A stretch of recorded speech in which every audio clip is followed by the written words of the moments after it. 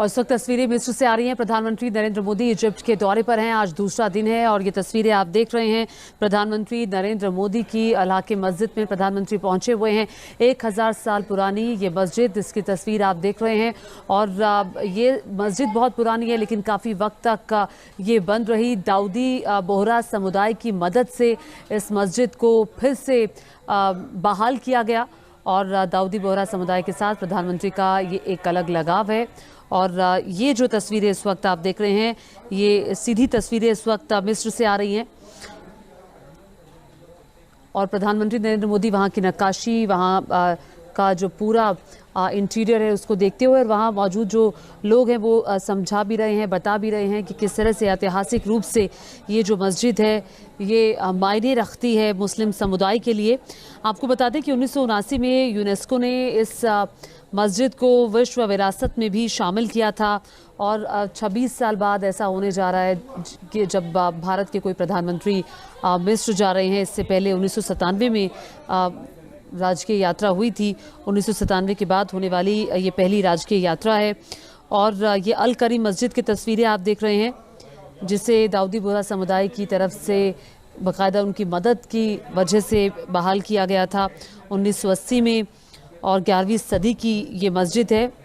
दरअसल मस्जिद का जो निर्माण है वो फातिमिद वंश के शासन के दौरान किया गया था और भारत में बोहरा समुदाय वास्तव में फातिमिद वंश से ही उत्पन्न हुआ है।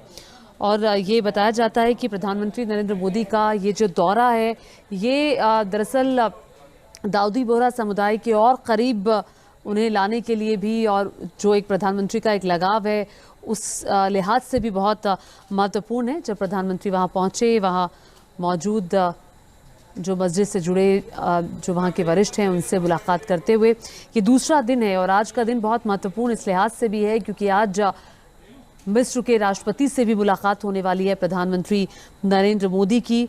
और ये मस्जिद जो है ये मिस्र के ओल्ड कायरो में है और सबसे पुरानी मस्जिद इसे कहा जाता है और मिस्र की चौथी सबसे बड़ी मस्जिद है ये।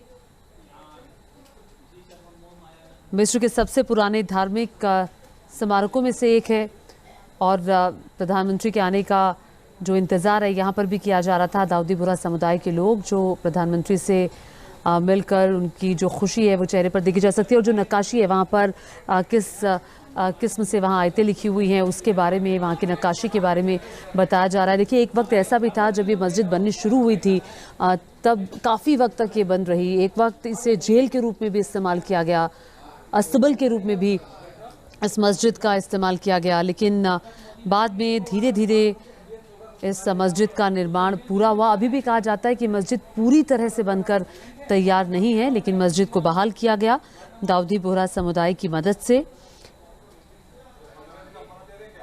और देखिए दरअसल पीएम मोदी इस मस्जिद में इसलिए भी गए हैं क्योंकि शिया समुदाय के अनुयायियों के प्रति सद्भावना वो प्रदर्शित करना चाहते हैं। एक्सक्लूसिव तस्वीरें इस वक्त आप न्यूज़ नेशन पर देख रहे हैं और इस मस्जिद में आने वाले प्रधानमंत्री नरेंद्र मोदी पहले भारतीय पीएम है। जो तस्वीरें आप हकीम मस्जिद से देख रहे हैं ये अल हकीम मस्जिद जो कि काफ़ी पुरानी मस्जिद और मिस्र के इतिहास की, मिस्र के लिए एक धरोहर के रूप में है। और देखिए वहाँ प्रधानमंत्री नरेंद्र मोदी का स्वागत भी किया गया। उनको रिसीव करने के लिए पहले से ही मस्जिद से जुड़े जो लोग हैं वहाँ मौजूद थे और ये प्रधानमंत्री को भेंट करते हुए वहाँ के प्रमुख और वहाँ अंदर मस्जिद का प्रधानमंत्री नरेंद्र मोदी बाकायदा दौरा भी कर रहे हैं, देख रहे हैं वहाँ की नक्काशी, वहाँ का इंटीरियर। और याद होगा आपको दाऊदी बोहरा समुदाय का एक कार्यक्रम मुंबई में हुआ था इस साल, प्रधानमंत्री वहाँ भी पहुँचे थे। एक कार्यक्रम पिछले सालों में इंदौर में हुआ था, प्रधानमंत्री वहाँ पहुँचे थे। और ये मस्जिद दाऊदी बोहरा समुदाय के सहयोग से ही तैयार हुई मस्जिद है। प्रधानमंत्री का स्वागत करते हुए और ये ऐतिहासिक मस्जिद है जो मिस्र की जो पुरानी मिस्र का एक इतिहास रहा है उस लिहाज से भी बहुत महत्वपूर्ण है। और वहाँ की चौथी सबसे बड़ी मस्जिद है अल हकीम मस्जिद। और देखिए वहाँ जो तस्वीरें लगाई गई हैं उसके बारे में एक्सप्लेन करते वहाँ के लोग। मधुरेंद्र हमारे साथ जुड़ गए हैं, न्यूज़ नेशन संवाददाता और ज़्यादा जानकारी के साथ मेरे वरिष्ठ सहयोगी भी हैं। मधुरेंद्र, दाऊदी बोहरा समुदाय की मदद से इस मस्जिद को बहाल किया गया और वहाँ पर प्रधानमंत्री का जाना और एक जेस्चर शो करना, ये क्या कहता है?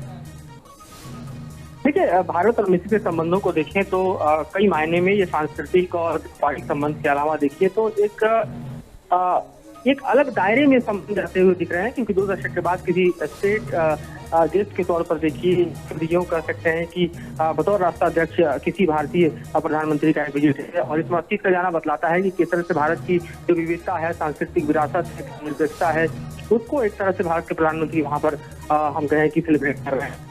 सबसे बड़ी बात एलसीसी की अगर बात करें, वहाँ के उनके साथ मोदी की जो बोनहोमी है वो काफी स्ट्रांग रही है। हमने देखा था किस तरह से वे स्टेट गेस्ट हैं हमारे यहाँ रिपब्लिक डे के मौके पर, और उनके खास बुलावे पर अमेरिका से सीधे प्रधानमंत्री वहाँ पहुंचे हैं।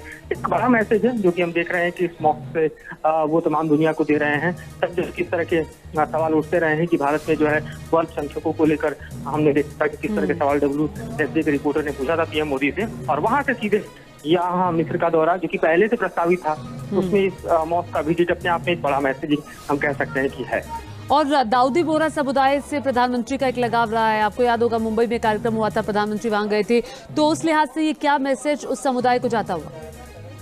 देखिए, बिल्कुल ये समुदाय दरअसल अपने आप में एक अलग थलग महसूस जो करता है, खासतौर पे आप देखिए दुनिया के तमाम देशों में, लेकिन उसके साथ एक अटैचमेंट जो है वो हमने देखा कि चाहे भारत हो या फिर यहाँ इस मस्जिद में दिखाई देता है पीएम मोदी का। वो बतलाता है कि संख्यक होने के मायने चाहे दुनिया में जो भी हो, लेकिन भारत में जो है इसका हम कहें धर्मनिरपेक्ष मायना है, और इसके मायने है कि हर समुदाय, हर क्रीड, सबके लिए संविधान जो है बराबर तौर पर व्यवहार करता है। तो जो बातें पीएम मोदी ने कही कि दरअसल प्रेस कॉन्फ्रेंस में, उसी को हम ट्रांसलेट होते हुए यहाँ पर देख सकते हैं, और यही दरअसल भारत की नीति है, यही दरअसल भारत की राजनीति है, और यही दरअसल भारत की संवैधानिक व्यवस्था है। आज का दिन भी बहुत महत्वपूर्ण है मधुरेंद्र, क्योंकि आज वहाँ के राष्ट्रपति एलसीसी से मुलाकात होने वाली है और ट्रेड को बढ़ाने के लिए जोर रहेगा, क्योंकि इस बार याद होगा जब गणतंत्र दिवस समारोह था तब मिस्र के राष्ट्रपति मेहमान के तौर पर आए थे।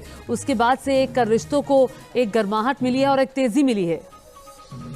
देखिए, बिल्कुल दोनों देशों के रिश्तों को देखें तो निश्चित तौर पर गणतंत्र दिवस में एलसीसी का यहाँ पर स्टेट गेस्ट होना और अपने आप में उसके बाद पीएम मोदी का विजिट होना बतलाता है कि किस तरह से कायरो और दिल्ली का जो रिलेशन है और वो काफी बड़े दायरे में बढ़ता हुआ जा रहा है। और साथ ही आप देखिए तो आज जो है दोनों ही राष्ट्राध्यक्षों के बीच जो है बायलैटरल टॉक होने वाले हैं और डेलीगेशन लेवल का भी टॉक होने वाला है। तो संभावित है कि कई तरह के समझौते भी होंगे जो सांस्कृतिक होंगे, विज्ञान के क्षेत्र में होंगे, थोड़े बहुत सामरिक भी होंगे, और जाहिर तौर पर दोनों देशों के संबंधों में एक नया हम कह सकते हैं कि अध्याय जोड़ने का काम करेंगे। तो आज का दिन बेहद खास है अगर हम दोनों ही देशों के लिहाज से देखें तो।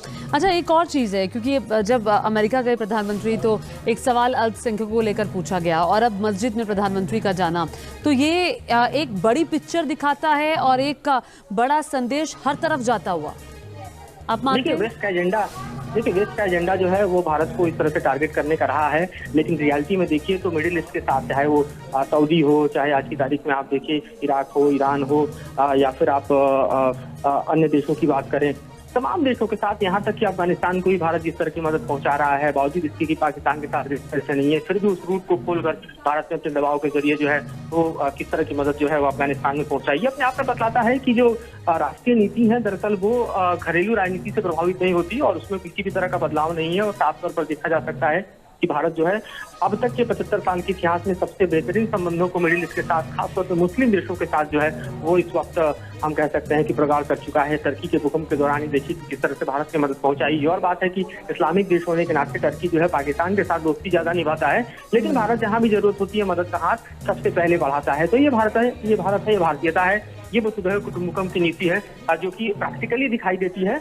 और जाहिर तौर पे इसको टारगेट करने की कोशिश भले ही की जाती है। लेकिन इस तरह के प्रधानमंत्री का मूवमेंट, इस तरह से मस्जिद में जाना, तमाम सवालों का अपने आप हम देखें तो सीधा जवाब है कि सवाल अपनी जगह है, लेकिन हकीकत अपनी जगह है। जी, जरा ये भी बताएं कि प्रधानमंत्री यहाँ कितनी देर तक रहने वाले हैं? अभी तक क्या जानकारी आपके पास पहुँच रही है? देखिए, शेड्यूल के मुताबिक अगर बताऊं मैं आपको, तो प्रधानमंत्री को यहाँ पर तकरीबन 1 घंटे का रहना है और उसके बाद वो जो है एक हेलियोपोलिस वार सिमेट्री है, वहां जाएंगे। ये भारतीय समयानुसार जो है अभी चूंकि समारोह देर से चल रहा है, लगभग आप समझिए कि आधे से 1 घंटे बाद वहां पहुंचेंगे और उसके बाद आज अब हमें नहीं आ रही है मधुरेंद्र हमें बताते हुए कि प्रधानमंत्री नरेंद्र मोदी अभी मौजूद हैं अल हकीम मस्जिद में, जो कि बहुत पुरानी मस्जिद है। 1000 साल पहले ये मस्जिद बनी थी और यहाँ जाना प्रधानमंत्री का दरअसल एक बड़ी पिक्चर दिखाता है और बड़ा संदेश देता हुआ।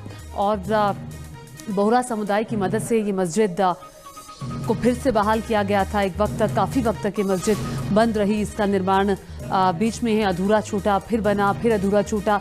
तो लंबी कहानी अल हकीम मस्जिद की रही है। अभी प्रधानमंत्री की मौजूदगी मस्जिद में ही है। तस्वीरें आप देख रहे हैं, एक्सक्लूसिव तस्वीरें न्यूज़ नेशन पर इस वक्त। और ये न्यू कायरो इलाका है जहां पर ये मस्जिद है और आज का दिन बहुत महत्वपूर्ण मिस्र के साथ रिश्तों को आगे बढ़ाने के लिए।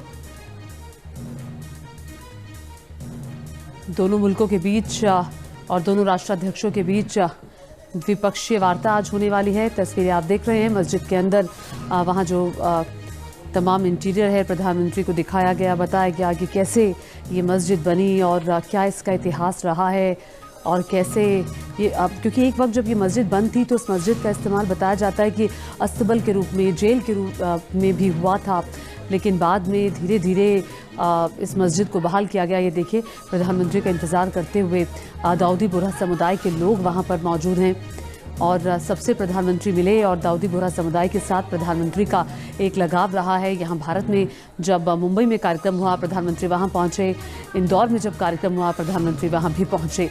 तो यहाँ आकर प्रधानमंत्री ने एक बड़ा मैसेज ज़रूर दिया है।